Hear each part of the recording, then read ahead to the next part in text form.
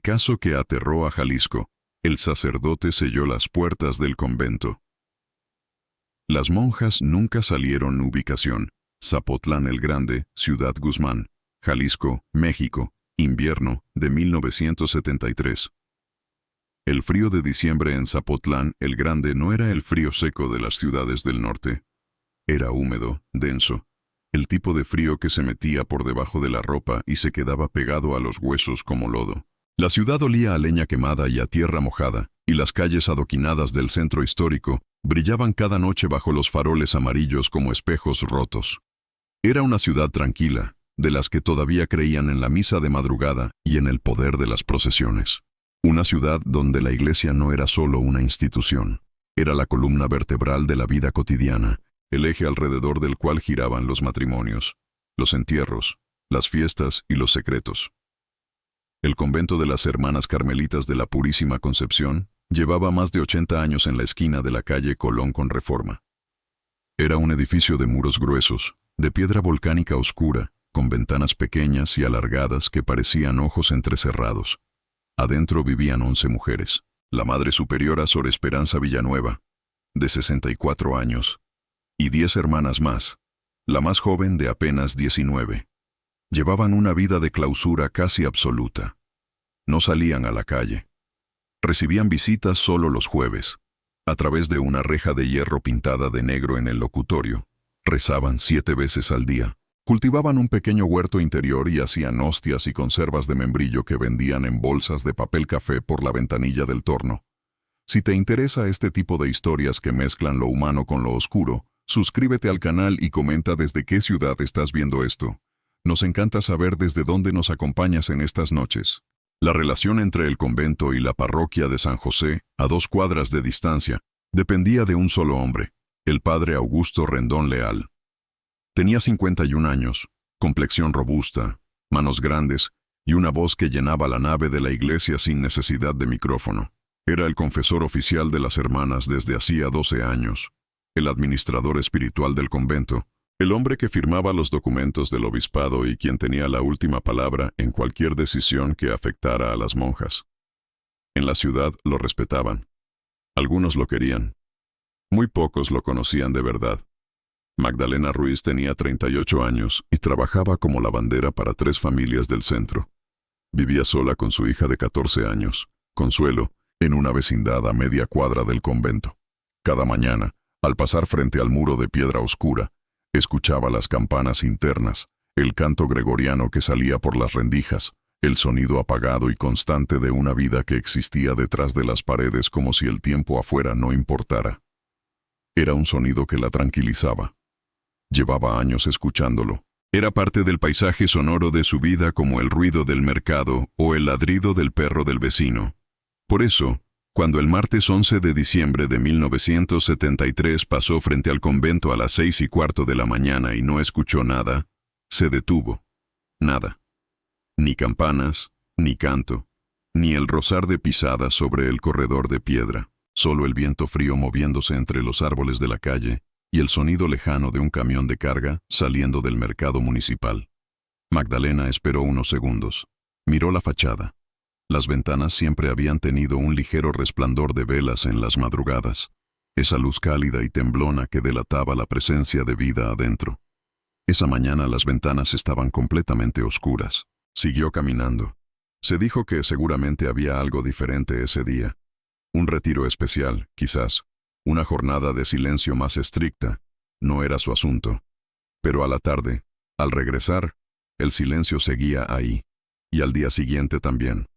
Ernesto Palafox era el cartero de la zona centro desde hacía 16 años. Conocía cada puerta, cada timbre, cada cara detrás de cada reja. Los jueves llevaba al convento el correo oficial del obispado, cartas que Sor Esperanza firmaba de recibido a través del torno. Era un ritual tan predecible como el almanaque. El jueves 13 de diciembre llegó a la puerta principal del convento a las 10 de la mañana con 3 sobres en la mano. Tocó el timbre de metal. Esperó. Tocó de nuevo. Esperó más. Aplicó los nudillos a la madera gruesa de la puerta y llamó con fuerza. El sonido de sus golpes se fue hacia arriba, hacia el cielo gris de diciembre, Y no regresó convertido en ninguna respuesta. Ernesto rodeó el edificio por el callejón lateral donde estaba la ventanilla del torno. La pequeña puerta de madera del torno estaba cerrada desde adentro con un pasador que él podía ver a través de la ranura. No había luz. No había movimiento. Pegó la oreja a la pared y escuchó durante casi un minuto. Silencio absoluto. Fue directo a la parroquia de San José. El padre Augusto estaba en la sacristía revisando unos documentos cuando Ernesto entró sin llamar, algo que nunca había hecho en sus 16 años de ruta. «Padre», dijo con la respiración todavía agitada del paso rápido. «Las hermanas no responden. Desde hace días no hay señales de vida en el convento». El padre Augusto levantó la vista de sus papeles con una calma que a Ernesto le pareció extraña. No se levantó, no mostró alarma. Lo miró durante 2 o 3 segundos antes de responder. «Las hermanas están en retiro espiritual», dijo. «Retiro de silencio total. 3 semanas. Instrucciones del obispado. No deben ser interrumpidas». Ernesto frunció el ceño. «¿3 semanas? ¿Sin abrir ni el torno?» «Sin abrir ni el torno». El padre volvió los ojos a sus papeles. «Deja el correo aquí. Yo me encargo de hacérselo llegar cuando salgan». Ernesto dejó los sobres sobre la mesa de la sacristía y salió a la calle. El aire frío le golpeó la cara. Caminó de regreso a su ruta pensando que algo en la respuesta del padre no encajaba, aunque no hubiera podido decir exactamente qué. Era la calma. La calma que tenía quien ya sabe lo que va a responder antes de que le hagan la pregunta. Los rumores en Zapotlán circulaban despacio pero con profundidad, como el agua filtrándose por piedra. No se necesitaba un periódico ni una radio para que una historia viajara de la carnicería al mercado y del mercado a las vecindades en menos de 2 días. Fue Magdalena quien habló primero en voz alta. Lo hizo el viernes por la tarde en el puesto de verduras de doña Celestina Miramontes, en el mercado Ángel Martínez. Dijo lo que había observado desde hacía 4 días. El silencio, las ventanas oscuras, la ausencia de canto. Doña Celestina la escuchó con los brazos cruzados y la cara seria. «Mi nuera dice que el padre Augusto estuvo en el convento el domingo por la noche», dijo bajando la voz. «Tarde, con una camioneta. Cargaron algo». «¿Qué cargaron?» «No sabe. Estaba oscuro. Pero eran bultos grandes». Las 2 mujeres se miraron sin decir nada más. El mercado ruidoso siguió girando a su alrededor. El golpe del machete sobre el guacal, el chillido de los niños, el pregón del señor de los chiles secos. Pero entre ellas 2 se había instalado algo que no era exactamente miedo todavía, sino su antesala, la incomodidad de una pregunta que nadie quiere formular en voz alta, porque formularla significa aceptar que la respuesta podría ser terrible. Esa noche Magdalena no durmió bien. Se levantó 2 veces a revisar que la puerta de su cuarto estuviera con el pasador puesto. La segunda vez se quedó parada en la oscuridad escuchando el silencio que venía de la dirección del convento y pensó, sin querer pensarlo, que ese silencio tenía un peso diferente al de siempre. No era el silencio sagrado de las que rezaban y callaban por elección. Era otro tipo de silencio, el que no tiene salida. El licenciado Heriberto Casas llevaba 12 años como juez de paz en Zapotlán. Era un hombre meticuloso, de los que llegaban 30 minutos antes a cualquier cita y que guardaban copias de todo en carpetas ordenadas por color. Su sentido del orden era casi físico, una necesidad que le producía ansiedad cuando las cosas no encajaban. Por eso, cuando su esposa le contó el sábado por la mañana lo que se estaba diciendo en el mercado sobre el convento, su primera reacción fue de irritación. «Chismes de vecindad», dijo, sin levantar la vista del periódico. «Puede ser», respondió su esposa, «pero el correo no se ha recogido en 5 días, Heriberto».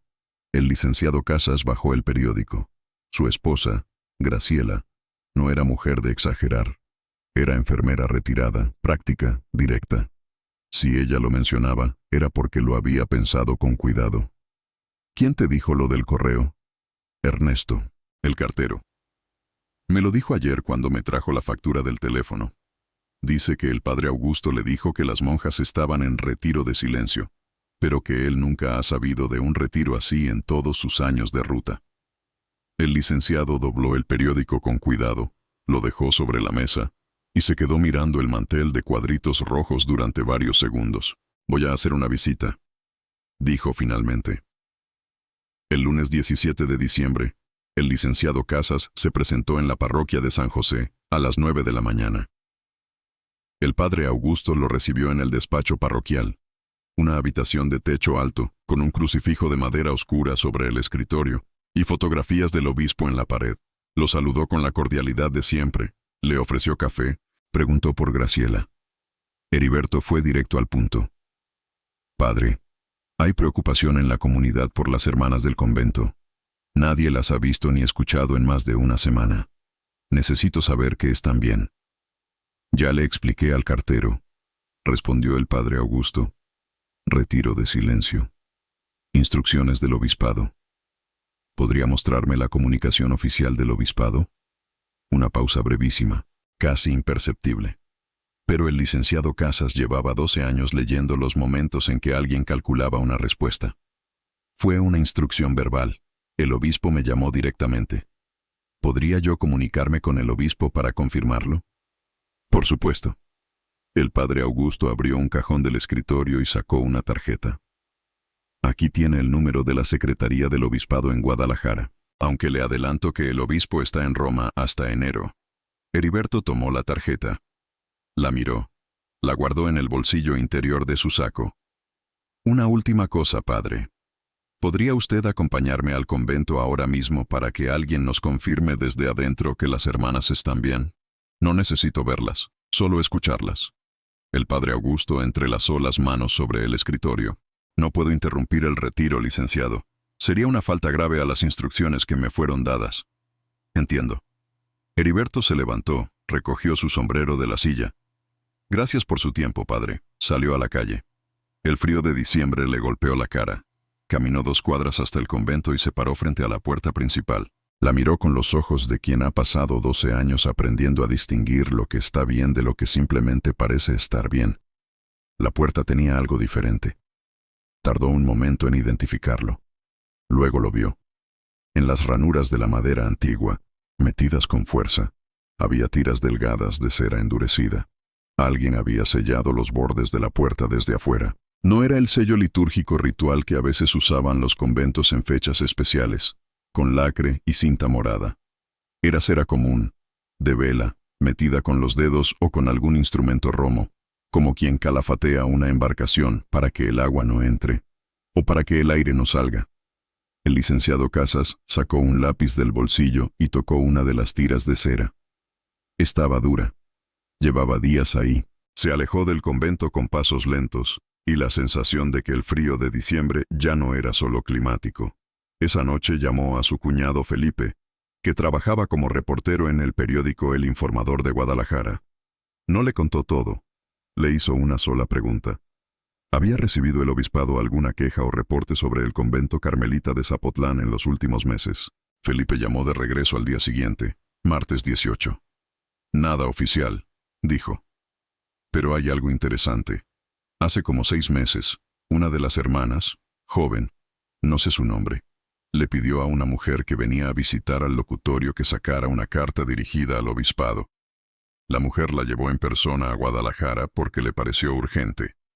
La carta llegó a la secretaría y fue archivada sin respuesta. Mi contacto allá no sabe el contenido exacto, pero dice que la palabra que usó la monja para describir la situación fue cautiverio. Heriberto Casas apretó el teléfono. ¿Cautiverio? Eso dice mi contacto. La carta fue archivada, Heriberto. Nadie la siguió. Hubo un silencio largo en la línea. Necesito que vengas, dijo finalmente el licenciado. Y necesito que traigas a alguien con cámara. Felipe Casas llegó a Zapotlán la tarde del miércoles 19 de diciembre, en un Volkswagen sedán color beige, con una cámara Nicormat prestada y un cuaderno de espiral en el que ya llevaba 3 páginas de notas.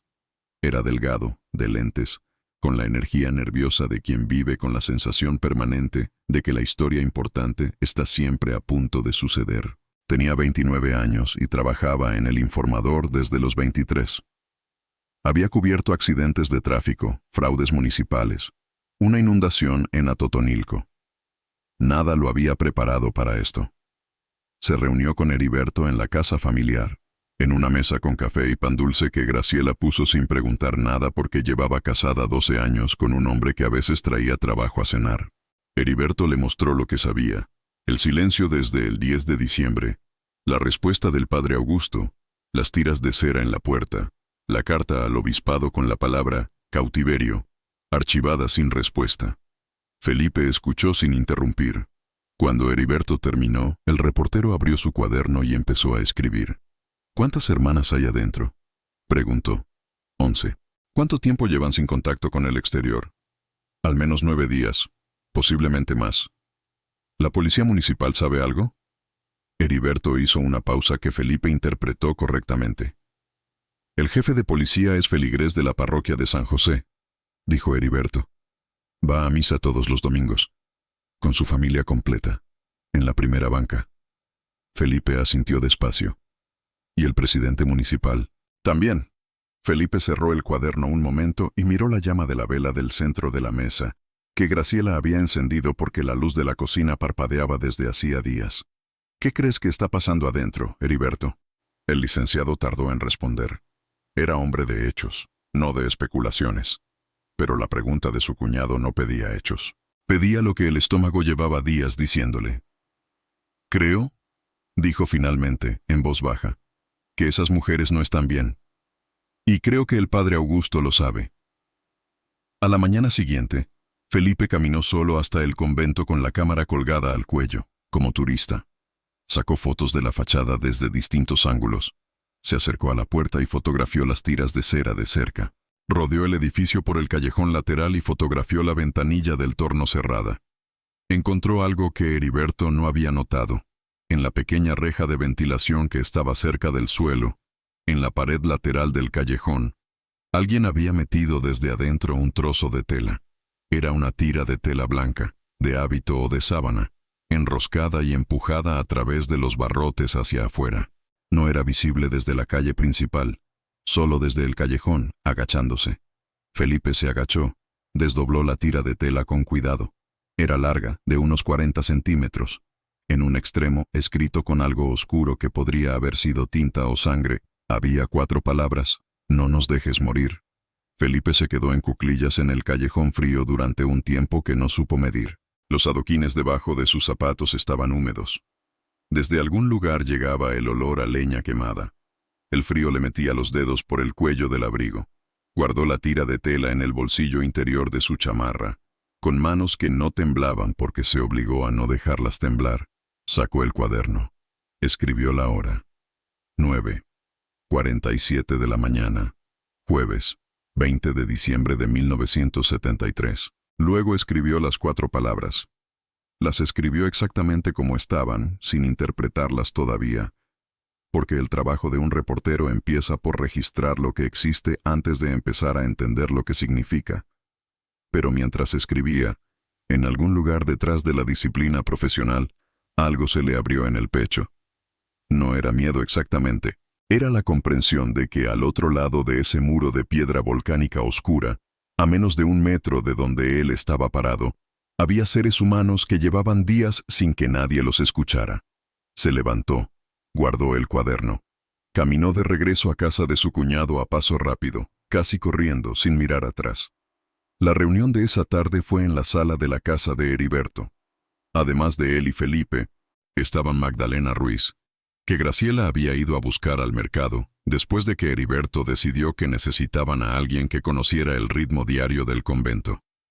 Y Ernesto Palafox, el cartero, que llegó todavía con el uniforme puesto, oliendo a camino. Felipe puso la tira de tela sobre la mesa. Los 4 la miraron. Magdalena fue la primera en hablar. Sor Inmaculada, dijo, con la voz extrañamente calmada, la más joven, 19 años. Entró al convento en febrero. Siempre me saludaba desde la ventanilla del torno cuando yo pasaba. Me preguntaba por mi hija. Nadie respondió nada durante varios segundos. ¿Qué hacemos?, preguntó Ernesto. Heriberto juntó las manos sobre la mesa. Llevaba horas pensando exactamente en eso. El camino correcto era la denuncia formal ante el Ministerio Público. pero el agente del Ministerio Público era primo del padre Augusto. Eso lo sabía toda la ciudad. La ruta alterna era la prensa, pero una nota en El Informador, publicada sin respaldo oficial, podía ser desmentida en 48 horas por el obispado con una llamada telefónica. Y entonces no solo no resolverían nada, sino que perderían el elemento de sorpresa. Había una tercera opción, la que no quería considerar, pero que desde que vio las tiras de cera en la puerta no había podido sacar de la cabeza. «Necesitamos entrar», dijo.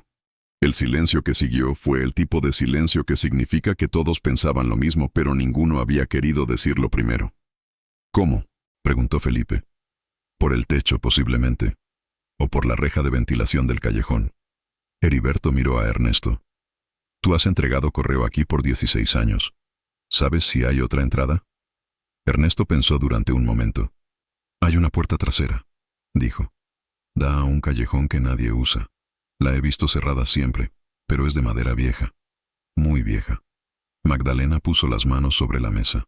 «Yo voy con ustedes», dijo. «No», respondió Heriberto de inmediato. «Soy la única aquí que conoce a esas mujeres de vista. Si las encontramos asustadas, una cara conocida importa». Hizo una pausa. «Además, mi hija va a quedarse con Graciela. No tengo nada más que perder aquí sentada». Heriberto la miró durante un momento. Asintió. Acordaron entrar esa noche, a la 1 de la madrugada, cuando el centro de Zapotlán estuviera vacío. Las 12:40 de la madrugada del viernes 21 de diciembre. El callejón trasero del convento olía a humedad acumulada y a hojas descompuestas. No había farol en ese tramo. La única luz era la luna parcial entre nubes rápidas.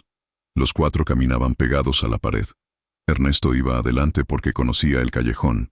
Heriberto llevaba una linterna de mano que usaba apuntando al suelo para no levantar un resplandor visible desde la calle. Felipe tenía la cámara en la bolsa del hombro. Magdalena iba en silencio, con los labios apretados y los ojos muy abiertos. La puerta trasera era exactamente lo que Ernesto había dicho. Madera vieja, hinchada por años de humedad, con una cerradura de hierro oxidado que no había sido usada en mucho tiempo. Heriberto aplicó presión lateral en el marco. La madera cedió con un sonido sordo, como un quejido contenido, y la puerta se abrió hacia adentro. Entraron. El interior del convento en la oscuridad era diferente de lo que cualquiera de ellos había imaginado. El corredor era estrecho, de techo bajo, con el piso de barro cocido que resonaba bajo los pasos. Olía a encierro, a cera, y a algo más que ninguno identificó en ese momento, pero que Magdalena, que había cuidado a su madre enferma durante 2 años, reconoció en el cuerpo antes de reconocerlo en la mente. Era el olor de personas que no han tenido acceso a agua ni a aire fresco en varios días. Heriberto movió el haz de la linterna lentamente por el corredor. Las puertas de las celdas a ambos lados estaban cerradas. Al final del corredor, una escalera de piedra subía hacia el nivel superior. Y entonces escucharon algo. Era un sonido bajo, casi inaudible. Rítmico. Venía de detrás de la primera puerta a la derecha. Era alguien rezando. En voz muy baja, casi sin voz, como quien lleva días haciéndolo con la garganta seca. Magdalena puso la mano sobre el brazo de Heriberto y lo apretó.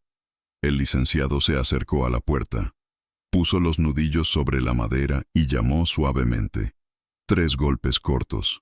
El rezo se detuvo. Silencio. Luego desde adentro, una voz de mujer, ronca y pequeña como algo que hubiera sobrevivido bajo mucha presión. ¿Quién está ahí?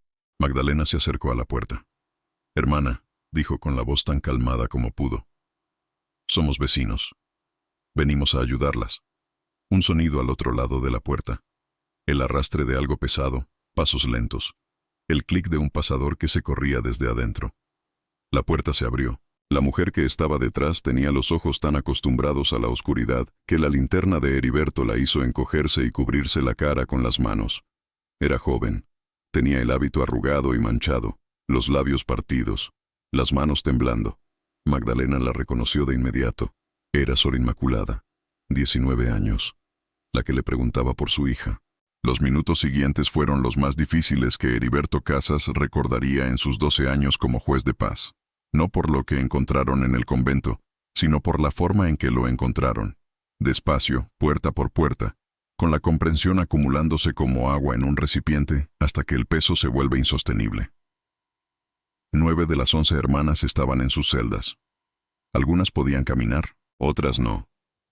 Sor Esperanza, la Madre Superiora, estaba en la celda al final del corredor superior, sentada en el suelo contra la cama, con los ojos abiertos pero la mirada en un lugar que no era ese cuarto.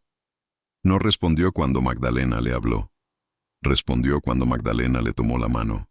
Entonces la miró, y en sus ojos había algo que no era locura sino su opuesto exacto, la lucidez extrema de quien ha tenido demasiado tiempo para pensar en lo que no tiene solución. Ya sabía que alguien vendría, dijo Sor Esperanza, con una voz que sonaba como papel viejo. Solo no sabía si llegarían a tiempo. Magdalena se arrodilló frente a ella. ¿Cuánto tiempo llevan así? Desde el domingo 9. La Madre Superiora cerró los ojos un momento. El Padre Augusto vino esa noche. Dijo que había una instrucción especial del obispado, que debíamos iniciar un retiro de silencio absoluto, que él mismo sellaría las puertas para protegernos del mundo exterior durante 3 semanas. Hizo una pausa. Le creímos. Durante los primeros 2 días le creímos. ¿Qué pasó después?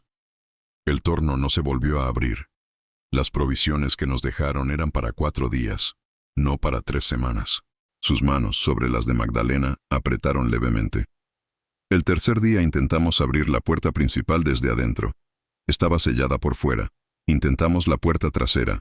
También, las ventanas tienen rejas. Una pausa larga. Entonces entendimos.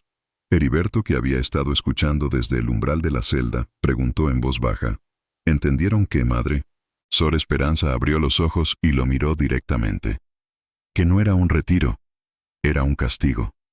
Mientras Ernesto salía a buscar ayuda médica, despertando al doctor Abundio Fierros, el médico general de la zona centro que vivía a 4 calles, Felipe se quedó en el convento tomando notas y fotografías con un cuidado metódico, que era su forma de no derrumbarse. Registraba todo, las raciones de comida que quedaban, las marcas en las paredes donde algunas hermanas habían rayado los días, los rosarios gastados de tanto apretarlos, el balde en el cuarto de Sor Faustina que habían usado como letrina cuando el agua del convento dejó de correr el 4.º día. 2 hermanas necesitaban atención urgente. Sor Concepción, de 47 años, tenía fiebre alta y no podía incorporarse. Sor Faustina, de 53, respiraba con dificultad desde hacía 2 días. Las demás estaban deshidratadas, débiles, asustadas, pero podían moverse. Heriberto fue de celda en celda hablando con cada una. Escuchó lo mismo con variaciones. El Padre Augusto había llegado el domingo 9 en la noche. Tarde, cuando la ciudad dormía. Traía consigo a 2 hombres que ninguna había visto antes. Habló con Sor Esperanza en privado durante casi 1 hora. Luego reunió a todas en la capilla interior y les explicó el retiro. Les dijo que era una gracia especial, una oportunidad de purificación. Les dijo que quien intentara comunicarse con el exterior durante esas 3 semanas estaría desobedeciendo una instrucción directa de la jerarquía eclesiástica. Les dijo que Dios las estaba observando. Luego salió y selló las puertas. Sor Inmaculada fue la única que no creyó en ningún momento que aquello era legítimo. En el segundo día, mientras las demás todavía debatían si era correcto o no intentar comunicarse, ella encontró la reja de ventilación del callejón lateral y pasó la tira de tela. ¿Sabías que alguien la encontraría?, le preguntó Felipe. La joven monja lo miró con una calma que no correspondía a sus 19 años. No, pero era lo único que podía hacer. Hizo una pausa. Si nadie la encontraba, al menos habría intentado algo. Felipe escribió eso en su cuaderno. Lo subrayó 2 veces. El doctor Fierros llegó al convento a las 2:15 de la mañana con su maletín negro y la expresión de quien todavía no está seguro de si está soñando. Atendió a Sor Concepción y a Sor Faustina primero, estabilizó lo que pudo estabilizar y ordenó que ambas fueran trasladadas al hospital civil en cuanto amaneciera. Le dijo a Heriberto en voz baja, en el corredor, que si hubieran tardado otros 2 o 3 días, el resultado podría haber sido diferente. ¿Diferente cómo?, preguntó Heriberto, aunque ya sabía la respuesta.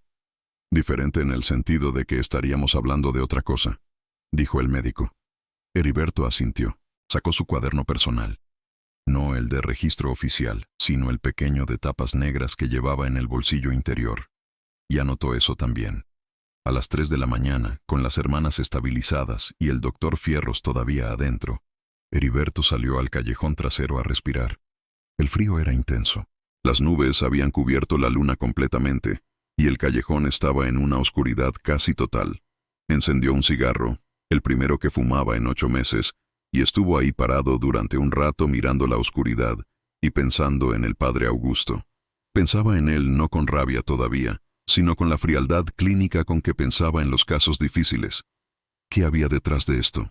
¿Qué podía llevar a un hombre a sellar 11 mujeres dentro de un edificio en diciembre, con provisiones para 4 días, y marcharse? Sor Esperanza había mencionado la palabra castigo. ¿Castigo por qué? Eso era lo que todavía no tenían. Tiró el cigarro a medias. Entró de regreso al convento.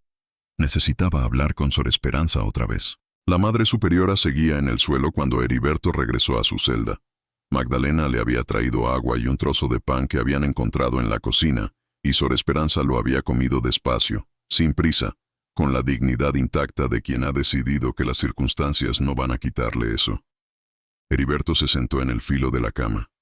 Madre, necesito preguntarle algo difícil. Pregunté, ¿por qué hizo esto el padre Augusto? ¿Qué estaba intentando silenciar? Sor Esperanza tardó un momento largo. Sus manos cruzadas sobre el regazo no temblaban. La mirada estaba fija en algún punto del piso de barro cocido. Hace 8 meses, dijo finalmente. Sor Inmaculada me contó algo que había visto. Hizo una pausa. El padre Augusto venía al convento los martes por la tarde para la confesión individual. Las hermanas entraban una por una al confesionario del locutorio. Es privado. Siempre lo ha sido. Otra pausa, más larga. Sor Inmaculada entró la última ese martes. Cuando terminó su confesión y salió, se dio cuenta de que había olvidado su rosario adentro. Regresó. La puerta del locutorio no estaba bien cerrada. Se detuvo. Heriberto esperó. Escuchó al padre Augusto hablando por el teléfono del locutorio. Continuó Sor Esperanza. Ese teléfono solo lo usa él, cuando viene. Nosotras no lo usamos. Sus manos se apretaron levemente. Estaba hablando de dinero, de cantidades grandes, de propiedades, de documentos que necesitaban desaparecer antes de que llegara una auditoría del obispado. Mencionó el nombre del convento. Mencionó los terrenos. Heriberto entendió antes de que ella terminara. Los terrenos del convento, dijo. 4 hectáreas. En 1971, sin que ninguna de nosotras lo supiéramos, el padre Augusto presentó ante el registro de la propiedad una documentación que transfería la administración de los terrenos del convento a una sociedad privada. Los documentos tenían la firma de Sor Esperanza. Se tocó la mano derecha. Mi firma, falsificada. El silencio que siguió en la pequeña celda fue diferente al de afuera.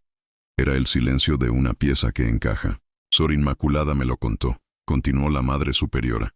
Yo cometí el error de confrontarlo.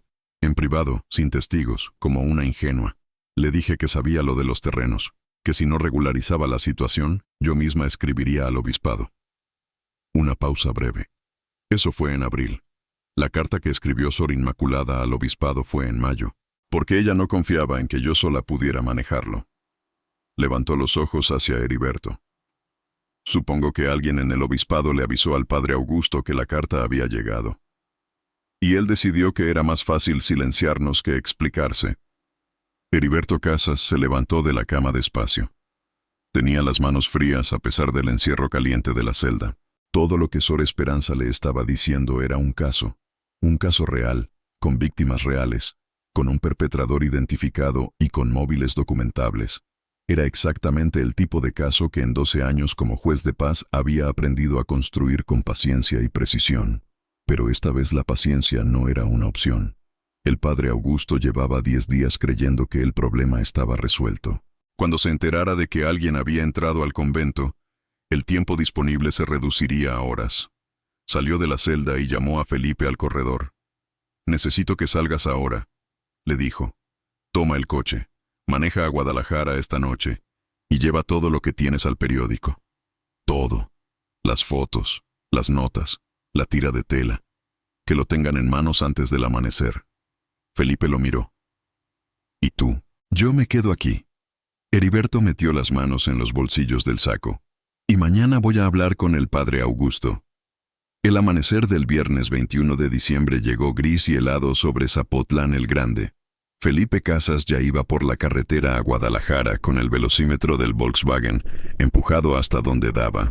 Ernesto Palafox dormía en el banco del corredor del convento con el abrigo puesto. El doctor Fierros había organizado el traslado de las dos hermanas más graves al hospital civil y estaba esperando la ambulancia. Magdalena hervía agua en la cocina del convento y hacía lo que podía con lo poco que quedaba de provisiones. Y Heriberto Casas estaba sentado en la capilla interior del convento, en el último banco, mirando el altar de piedra y el Cristo de madera que colgaba sobre él, esperando que aclarara lo suficiente para ir a buscar al padre Augusto. No rezó. No era hombre de rezar, pero en ese silencio de capilla, con el olor a cera y a encierro todavía en el aire, pensó en las 11 mujeres que habían pasado 10 días en esa oscuridad. Pensó en Sor Inmaculada con su tira de tela y sus 4 palabras escritas con lo que tuviera a mano. Pensó en Sor Esperanza en el suelo de su celda con la mirada fija en nada. Pensó en lo que significa confiarle la propia vida espiritual a un hombre y descubrir que ese hombre te usó como instrumento y luego intentó borrarte del mapa cuando resultaste inconveniente. A las 7:20 de la mañana se levantó, se abotonó el saco, recogió su sombrero del banco y salió al corredor. «Magdalena», llamó. «Si en 2 horas no he vuelto, manda a Ernesto a buscar al subprocurador de Guadalajara. Tengo su número en la libreta que está en mi casa. Graciela sabe dónde». Magdalena salió de la cocina sosteniéndole la mirada. «¿Y si vuelves antes de 2 horas? Entonces habremos resuelto esto de la manera menos complicada posible». Ella asintió. Él salió. La parroquia de San José tenía las puertas abiertas a esa hora, como todos los días. Heriberto entró por la nave principal. El olor a incienso viejo y a madera enceraba le golpeó la nariz. Las velas votivas al pie de la Virgen titilaban en la corriente de aire que entró con él. Había 2 mujeres rezando en los primeros bancos, con la cabeza cubierta y los rosarios entre los dedos. Atravesó la nave y empujó la puerta lateral que daba a la sacristía. El padre Augusto estaba ahí, de espaldas, preparando los ornamentos para la misa de las 8. Era un hombre robusto incluso de espaldas, con los hombros anchos y los movimientos seguros de quien está acostumbrado a ocupar el espacio. Se volvió cuando escuchó entrar a Heriberto. Su expresión cambió en una fracción de segundo, tan rápido que cualquiera que no lo estuviera mirando con atención lo habría perdido. No era sorpresa exactamente, era reconocimiento. El reconocimiento de quien esperaba que esto llegara, pero esperaba que llegara más tarde. «Licenciado», dijo, con la voz de siempre. «Muy temprano para una visita». «Estuve en el convento anoche, padre», dijo Heriberto sin moverse de la entrada. «Las hermanas están vivas. Las 2 que estaban más graves fueron trasladadas al hospital esta mañana». Pausa. Sor Esperanza me contó todo. Lo de los terrenos, los documentos, la firma falsificada, la carta al obispado. El padre Augusto no respondió de inmediato. Se volvió hacia los ornamentos y los dobló con calma, con la misma precisión con que lo hacía todos los días. Sus manos no temblaban. Heriberto lo observó hacer eso durante unos segundos y sintió algo que reconoció después como una forma específica de miedo. El miedo que produce alguien que no pierde la compostura cuando debería perderla. «Son acusaciones graves», dijo el padre Augusto finalmente, sin darse la vuelta. «Son hechos documentados. Mi cuñado llegó esta madrugada a Guadalajara con todo. Para cuando salga la edición del mediodía de El Informador, esto ya no es un asunto local». Heriberto dio un paso hacia adentro de la sacristía. «La pregunta que me hago es si usted quiere hablar con el subprocurador hoy mismo, aquí en Zapotlán, en condiciones relativamente ordenadas, o si prefiere que esto se maneje desde Guadalajara». El silencio que siguió duró varios segundos. Las velas de la nave seguían ardiendo al otro lado de la puerta lateral. Las 2 mujeres seguían rezando sin saber que a 10 metros de ellas, una cosa que había tardado años en acumularse, estaba llegando finalmente a su punto de quiebre. El padre Augusto se volvió. Lo miró con una expresión que Heriberto no pudo leer completamente, pero que tenía algo de agotamiento en los bordes, como si el esfuerzo de sostener todo aquello hubiera costado más de lo que nadie hubiera visto desde afuera. ¿Cuánto tiempo tengo? Ninguno, dijo Heriberto. Lo que siguió no fue dramático en el sentido cinematográfico. No hubo gritos, ni negaciones, ni intentos de huida. El padre Augusto pidió 10 minutos para cambiarse el traje de calle. Heriberto se los concedió y esperó en la puerta de la sacristía sin apartar los ojos de él. A las 8:15 de la mañana del 21 de diciembre de 1973, los dos hombres salieron de la parroquia de San José, caminando uno al lado del otro por las calles adoquinadas de Zapotlán el Grande, bajo un cielo que seguía gris y frío, hacia la oficina del juzgado de paz, donde Heriberto haría la primera llamada al subprocurador. Algunos vecinos los vieron pasar. Nadie supo en ese momento lo que significaba esa imagen. El licenciado Casas y el padre Rendón, caminando juntos en silencio un viernes de madrugada. Pareció simplemente dos hombres de cierta edad caminando por la calle en la mañana fría, como cualquier otro día. Pero no era cualquier otro día. La edición del mediodía de El Informador del 21 de diciembre de 1973 salió con una nota en la página 3, firmada por Felipe Casas, titulada escuetamente «Sacerdote de Zapotlán detenido tras encierro de 11 religiosas en convento carmelita». Era una nota corta, de 7 párrafos, cuidadosa en el lenguaje, sin afirmaciones que el periódico no pudiera respaldar, pero era suficiente. Para el sábado 22, la historia había llegado a otros 3 periódicos del estado. Para el lunes 24, la víspera de Navidad, había correspondencia del obispado reconociendo la apertura de una investigación interna. Para el martes 25, cuando la ciudad de Zapotlán el Grande celebraba misa de Navidad en la parroquia de San José, con un sacerdote sustituto enviado de urgencia desde Guadalajara, el padre Augusto Rendón Leal estaba siendo procesado por privación ilegal de la libertad, falsificación de documentos y fraude a la administración eclesiástica. Las investigaciones posteriores encontraron que el esquema de los terrenos era más amplio de lo que Sor Esperanza había alcanzado a conocer. Involucraba 3 propiedades religiosas en 2 municipios distintos, 2 intermediarios en Guadalajara, y al menos un funcionario del registro de la propiedad que nunca fue formalmente acusado. El padre Augusto fue sentenciado en 1975 a 8 años de prisión, de los que cumplió 4 antes de ser liberado por razones que los archivos del juzgado registran simplemente como resolución de instancia superior, sin mayor explicación. Sor Concepción se recuperó completamente. Sor Faustina pasó 2 semanas en el hospital y regresó al convento en enero, más delgada, pero entera. Sor Esperanza Villanueva continuó como Madre Superiora del convento de las Hermanas Carmelitas de la Purísima Concepción hasta 1981, cuando pidió al obispado su traslado a una casa de retiro en Oaxaca. Nadie de la ciudad supo exactamente por qué. Quienes la conocían de cerca decían que algo se había roto en ella durante esos 10 días, algo que no era la fe ni la vocación, sino algo más difícil de nombrar. La capacidad de sentirse segura dentro de los muros que ella misma había elegido como hogar. Sor Inmaculada, cuyo nombre completo era María Inmaculada Guerrero Nájera y que tenía 19 años el diciembre de 1973, dejó el convento en 1974. Volvió a Ciudad Guzmán, estudió enfermería, se casó en 1979 y tuvo 3 hijos. Según Magdalena Ruiz, que la vio en el mercado varios años después, era una mujer tranquila, de las que hablan poco y escuchan mucho. No le gustaba que le preguntaran por el convento, pero tampoco lo negaba. Pasó, le dijo a Magdalena esa vez en el mercado, con la misma calma extraña que tenía a los 19 años. Y alguien lo encontró. Eso es lo que importa.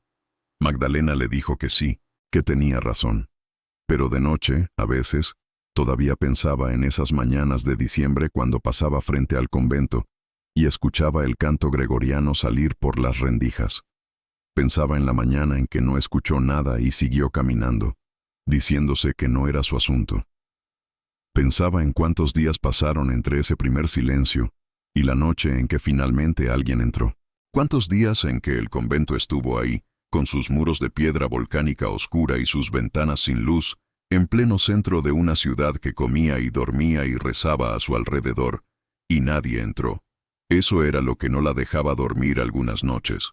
No el padre Augusto, no la cera en las puertas, no las 4 palabras en la tira de tela, sino cuánto tiempo puede estar ocurriendo algo terrible a 1 metro de distancia de la gente, mientras la gente pasa de largo diciéndose que no es su asunto. Eso, pensaba Magdalena, era el horror de verdad, no el que viene de afuera, el que ya estaba adentro de todos, esperando la oportunidad de justificarse.